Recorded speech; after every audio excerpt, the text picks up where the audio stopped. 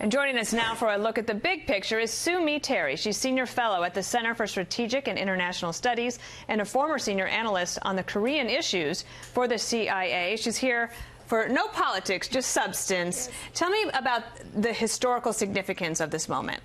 Well, it is historically significant because this is the first time a sitting U.S. president actually sat down with a North Korean leader face to face. So we never had that. There are other times the previous North Korean leaders always wanted this, but we didn't, other President Bush and Obama didn't want to do that yet. So this is historic, regardless of what occurred.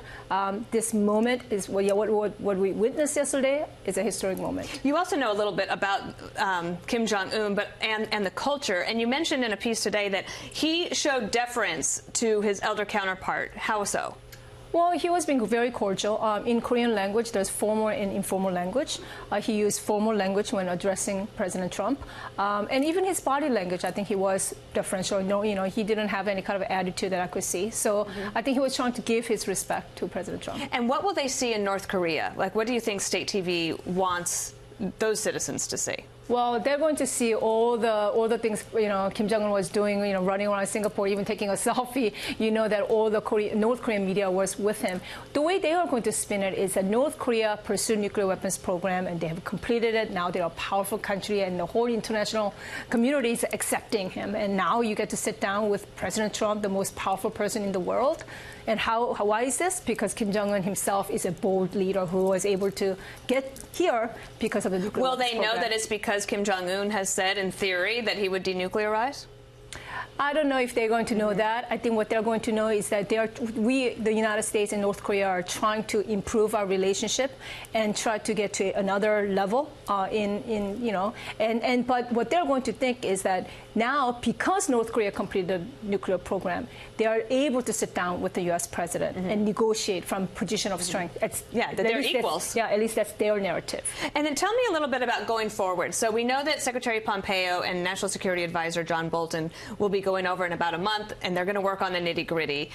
They'll have to be a little bit tougher, I assume? Absolutely, because this joint statement, it was largely aspirational. It didn't address at all North Korea. North Korea didn't also say they would commit to denuclearization as we define it. There was just this vague statement about denuclearization of the Korean peninsula. There was no timeline listed.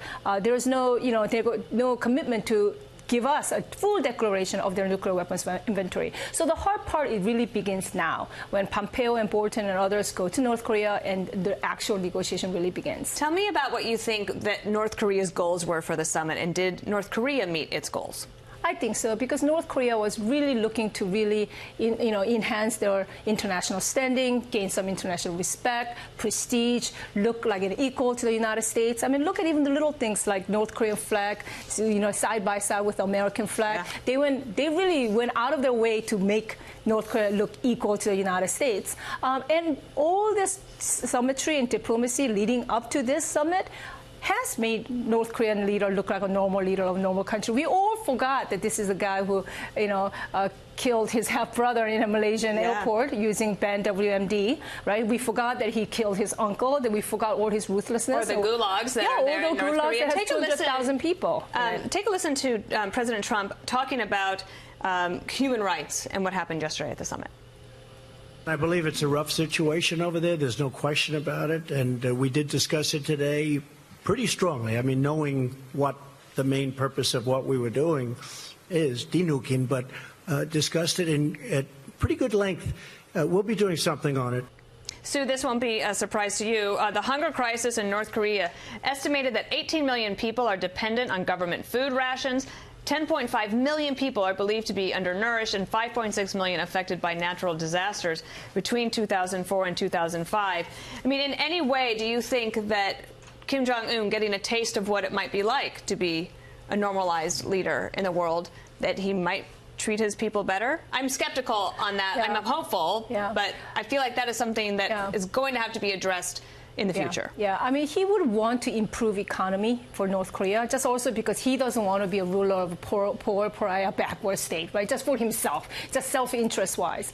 But I'm very skeptical that he's going to open up the prison camps that has 200,000 people in it, and all of a sudden just really, just take care of the human rights issues. I'm very skeptical of that. North Korea spent billions of dollars pursuing nuclear weapons program while watching their people starve. In the mid-1990s, when they were going through massive famine, they spent like $800 million building a mausoleum for Kim Il-sung, while people were literally dying and starving. Right. So maybe, Kim Jong-un does want to, I think, improve its economy, but to say that he's going to completely change the human rights situation around, I think that's... Can I ask her just one last question? It can be a quick one, though. Yeah. Do you think at the end of the summit that the United States, the world, is safer than it was before? I do think so. All in all, just because it's better than talking about preventive strike, it's better than the time we're talking about bloody nose. So while this is not ideal at all, I think it's a kind of flawed statement because it was just very aspirational, and I think North Koreans could have given us more. But I do think that this is still better today than where we were just a few months ago. A net plus. Yes. All right. Sue Mi Terry, thank you for being here. We appreciate it.